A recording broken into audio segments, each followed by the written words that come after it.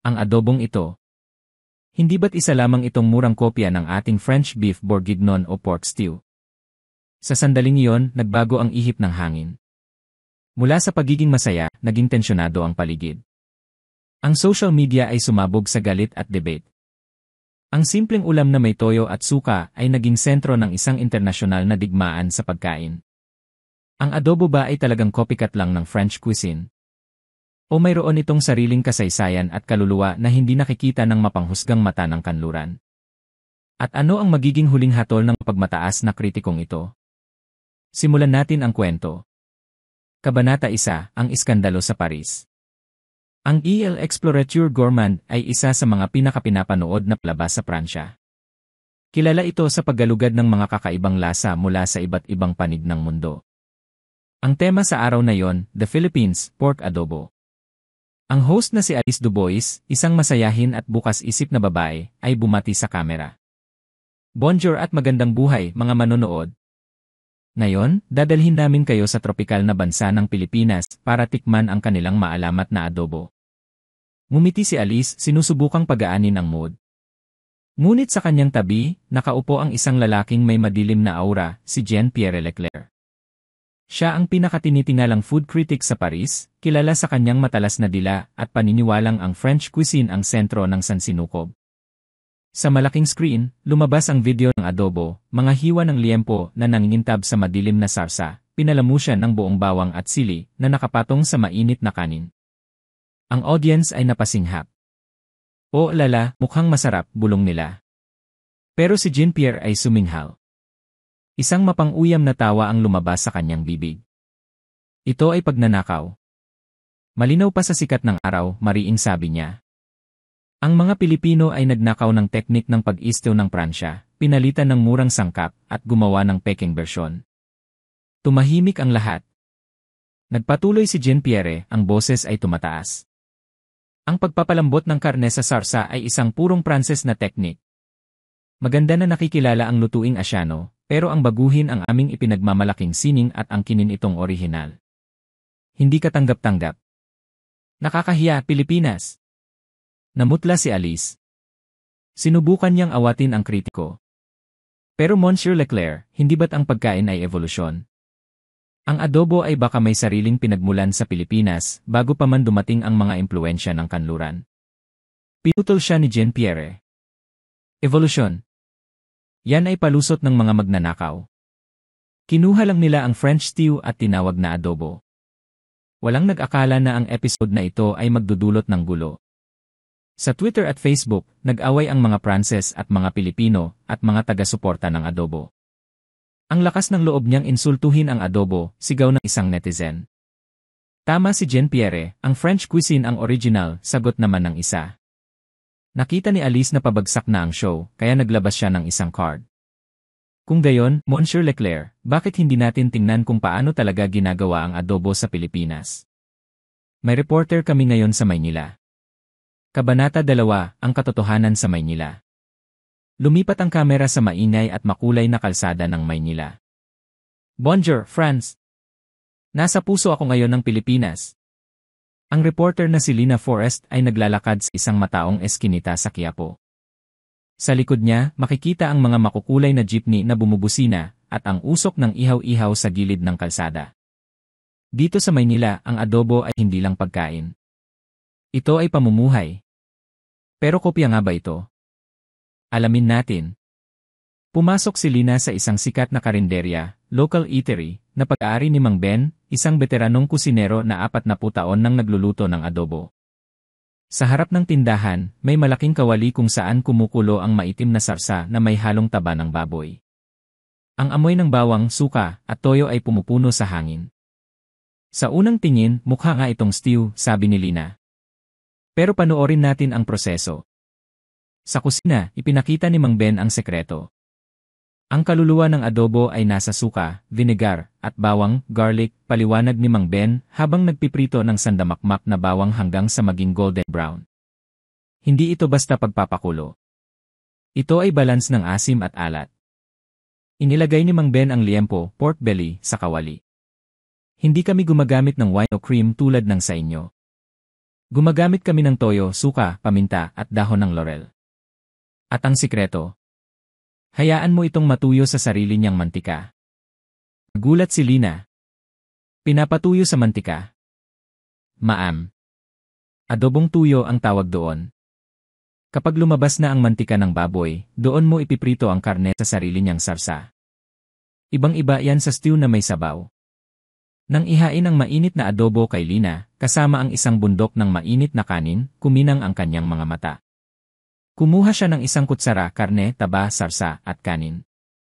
Pagsubo niya, nanlaki ang kanyang mga mata. Mon Dieu! Ang karne ay natutunaw sa bibig. Ang taba ay malinamnam pero hindi nakakaumay dahil sa asim ng suka. Ang bawang ay nagbibigay ng kick. Ito ay napakakomplikadong lasa. Salty, sour, savory, fatty. Hindi ito basta stew lang. Humarap si Lina sa kamera ng may paninindigan. Ito ay hindi kopya. Ito ay orihinal na sining ng Pilipinas. Kabanata 3, ang hamon sa studio. Bumalik ang live feed sa studio sa Paris. Tahimik ang lahat matapos mapanood ang reaksyon ni Lina. Si Alice ay nakangiti ng may pahiwatig ng tagumpay. Monsieur Leclerc, mukhang nagkamali kayo. Pero si Jean-Pierre ay nakahalukip-kip pa rin, matigas ang mukha. Ang video ay video lang. Hindi niyan mapapatunayan ang lasa pag mamatigas niya. Well, sabi ni Alice, inaasahan namin yan. Kaya nag-imbita kami ng isang Filipino chef dito sa Paris. Lumabas si Chef Santos, isang kilalang chef na nagtatrabaho sa isang top Asian restaurant sa Paris. Dala niya ang isang palayok, clay pot, na umuusok pa. Ang amoy ng adobo ay kumalat sa studio, amoy na nagpapagutom sa sinuman. Monsieur Leclerc, subukan niyo po, magalang nasabi ni Chef Santos. Nakangisi si Jean-Pierre. Imposibleng mas masarap yan sa beef bourguignon. Kinuha niya ang tinidor. Sinundot ang isang piraso ng baboy. Napakalamot nito. Sinubo niya ito ng may pag-aalinlangan. Sa sandaling dumampi ang karne sa dila niya, nanigas siya. Ang asim ng suka na humahalo sa alat ng toyo. Ang umami ng taba. Ang lutong ng pritong bawang.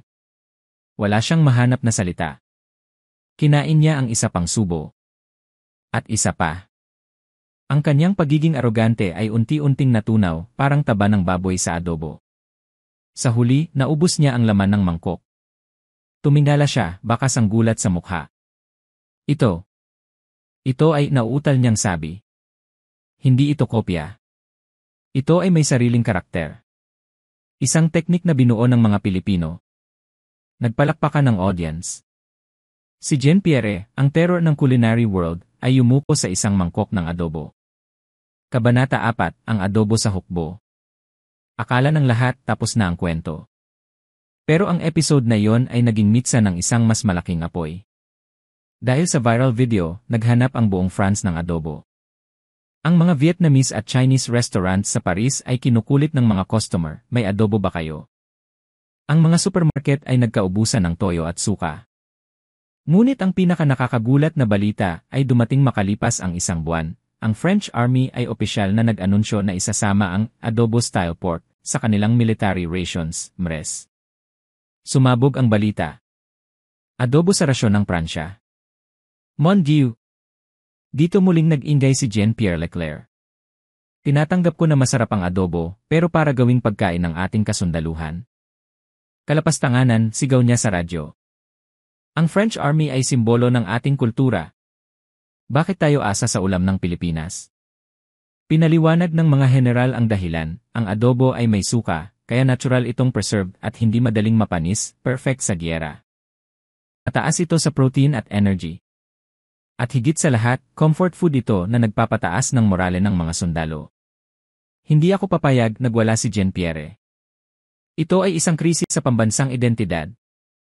Nagkaroon ng malaking debate. Team Adobo, yeah, Team Bourguignon. Para matapos na ang gulo, nagkaroon ng The Ultimate Ration Showdown.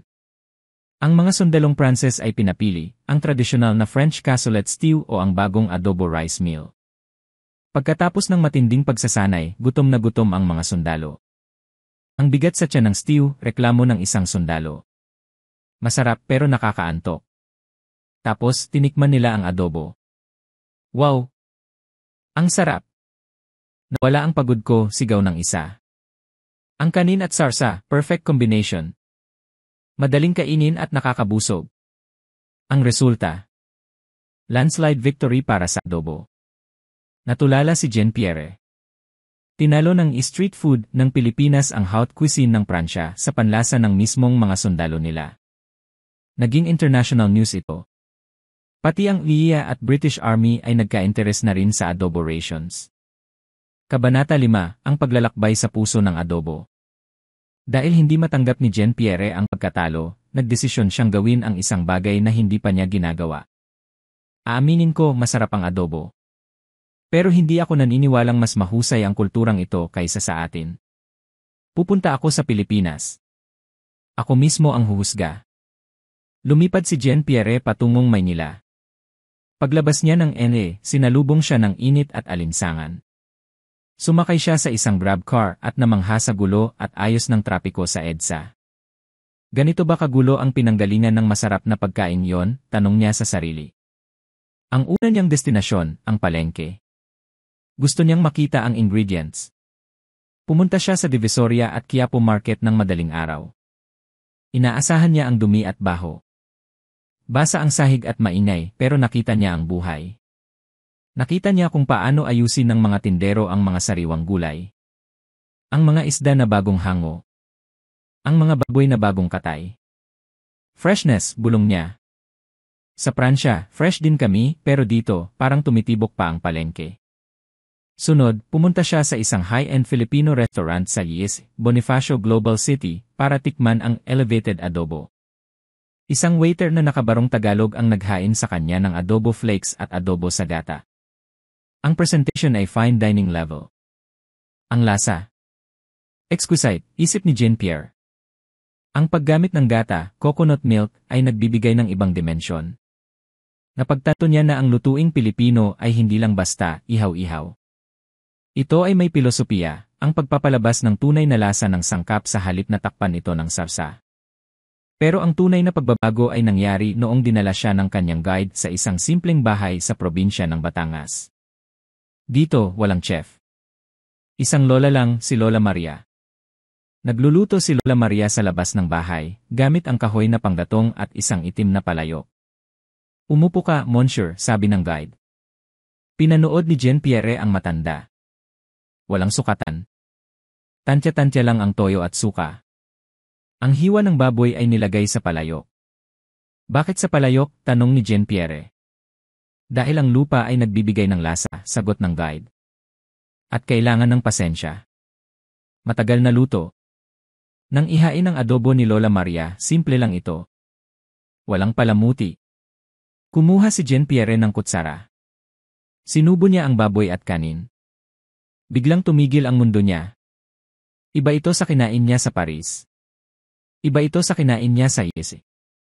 Ito ang lasa ng tahanan. Ang usok mula sa kahoy, ang asim na tumatagos sa buto, ang lambot ng taba na parang mantikilya. Napapikit si Jean-Pierre. Naalala niya ang luto ng kanyang sariling lola sa province. Paano, bulong niya. Paano naging ganito kasarap ang simpleng ulam? Ngumiti si Lola Maria. Ang sikreto, anak, ay malasakit. Malasakit. Pagmamahal at pag-aalala, paliwanag ng guide. Nagluluto kami hindi para magpabida, kundi para bigyan ng lakas ang pamilya namin pagkatapos ng mahabang araw ng trabaho. Ang adobo ay pagkain ng pagmamahal. Tumatagal ito ng ilang araw, hindi napapanis, para laging may makakain ang pamilya. Doon gumuho ang pader ni Jean-Pierre. Na-realize niya na ang French cuisine ay tungkol sa sining at perpeksyon. Pero ang Filipino cuisine ay tungkol sa puso at pagkalinga. Nagkamali ako, sabi ni Jean-Pierre habang tinatapos ang kanin. Akala ko, ang pagkain ay tungkol lang sa teknik. Nakalimutan ko na ang pinakamahalagang sangkap ay ang intensyon. Tumayo siya at yumuko kay Lola Maria. Mercy, Madam. Salamat po. Kabanata 6, ang bagong pananaw. Bumalik si Jean-Pierre sa Pransya na ibang tao na. Sa kanyang susunod na reappearance, tinanong siya ng host, "So, Monsieur Leclerc, ano ang verdict? Ang adobo ba ay Peking French stew?" Kung dati ay magwawala siya, ngayon ay kalmado siyang ngumiti. Hindi, sagot niya. Nagulat ang studio. Pumunta ako sa Pilipinas. Natikman ko ang tunay na adobo. At naramdaman ko ang puso ng mga Pilipino. Tumingin siya sa kamera, seryoso. Ang adobo ay hindi kopya. Ito ay isang obra maestra ng pasensya at pagmamahal. Ang French cuisine ay mahusay. Pero ang Pilipinas ay may lasa na hindi kayang pantayan ng anumang teknik. Iyon ay ang lasa ng tahanan. Ang masarap na pagkain ay walang hangganan pagtatapos niya. Ang pahayag na yon ay naging viral. Si Jean Pierre, ang dating kaaway ng adobo, ay naging pinakamalaking tagahanga nito. Dahil dito, lalong sumikat ang adobo sa buong mundo. Mula sa mga kalsada ng Maynila hanggang sa mga fine dining restaurant sa Paris at sa mga rasyon ng sundalo sa Europe. Ang mga Pilipino sa buong mundo ay nagbunyi.